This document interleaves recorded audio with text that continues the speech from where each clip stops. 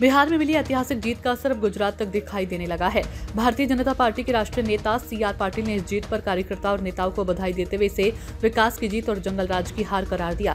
बिहार में हुए चुनाव में एनडीए को मिली बड़ी जीत पर CR पाटिल ने कहा कि ये जीत जनता के अटूट विश्वास और कार्यकर्ताओं की कड़ी मेहनत का नतीजा है। उन्होंने इसे सिर्फ राजनीतिक विजय नहीं बल्कि बिहार के विकास की निर्णायक जीत और जंगल राज के पूर्ण पराजय के रूप में बताया।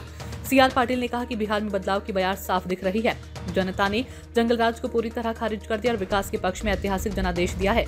विकास की राह पर अग्रसर बिहार ने एक नया अध्याय लिखा। पाटिल ने कार्यकर्ताओं को संदेश देते हुए कहा कि जीत संगठन की एकजुटता, जनता के विश्वास और सकारात्मक राजनीति की स्वीकार्यता का परिणाम है। बिहार के जनादेश के बाद देश भर में भाजपा कार्यकर्ताओं में उत्साह है और इसे आने वाले चुनावों के लिए राजनीतिक संकेत के रूप में भी देखा जा रहा है। बिहार की ऐतिहासिक जीत पर CR पाटिल की ये प्रतिक्रिया बीजेपी के राष्ट्रीय नेतृत्व के उत्साह को दर्शाती है। जनता ने एक बार फिर विकास और स्थिरता के समर्थन में फैसला दिया। नमस्कार। बिहार विधानसभा इलेक्शन के रुझान चल रहे हैं। बिहार में एनडीए की सरकार बनेगी, ये वातावरण पहले से बना हुआ था। करीब 160 प्लस सीटें आएगी, ये भी लोग मान रहे थे, मगर 200 तक पहुंचेंगे, डबल सेंचुरी के साथ एनडीए की सरकार बनेगी, ये तो न हमने कभी सोचा था, मगर बिहार के मतदाताओं ने ठान रखी थी। उसी के कारण ये रिजल्ट हमें आज देखने को मिल रहा है।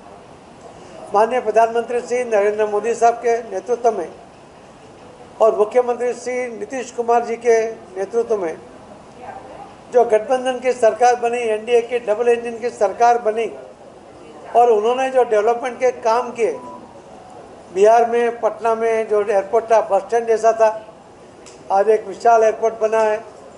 वहाँ पर मेट्रो की व्यवस्था हो गई है।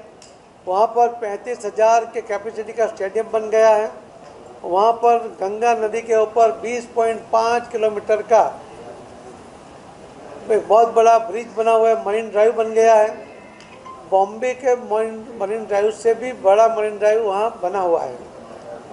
वहाँ 4 से 5 नए एयरपोर्ट बने। लोगों को एयर कनेक्टिविटी चाहिए थी, एयर कनेक्टिविटी मिली। लोगों को रेल कनेक्टिविटी चाहिए थी, रेल कनेक्टिविटी मिली। लोगों को रोड कनेक्टिविटी चाहिए थी, रोड कनेक्टिविटी मिली। मैं जब 2015 में वहाँ था, मुझे भागलपुर जाने में 9 घंटा लगता था, जो आज 4.5 घंटे में जाते हैं। कि कभी भी एक ज्ञाति के आधार पर विभाजित करते हुए इलेक्शन नहीं चलना चाहिए, इलेक्शन नहीं जीतना चाहिए। इलेक्शन जीतना है, विकास के नाम पर जीतना चाहिए। आपने बिहार पूरे देश में सबसे बड़ा एक ऐसा स्टेट है कि जहाँ पर अभी तक का वोटिंग का पैटर्न और ज्ञाति के आधार पर होता था, मगर यहाँ पर पहली बार हमें देखने को मिला कि माननीय प्रधानमंत्री मोदी साहब के विकास के नाम पर, नीतीश जी के साथ विकास के नाम पर लोगों ने वोटिंग किया। जो कुछ लोग, कुछ समाज के लोगों के वोट हमारे जेब में हैं, ऐसे जो मान के चलने वाले लोग थे, वो पूरी तरह फंसे हैं। आज वो भी हारने की कगार पे खड़े हैं। यही बताया कि क्रांति बिहार में हुई है और देश में भी क्रांति एक बार बिहार से शुरू हुई थी।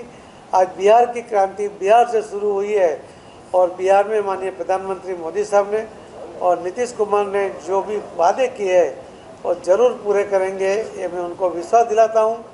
माननीय श्री अमित भाई शाह साहब ने जिस तरह से स्ट्रेटेजी बनाई, उसके फलस्वरूप रिजल्ट भी इतना अच्छा आया। मैं उनको भी बहुत बहुत अभिनंदन देता हूँ।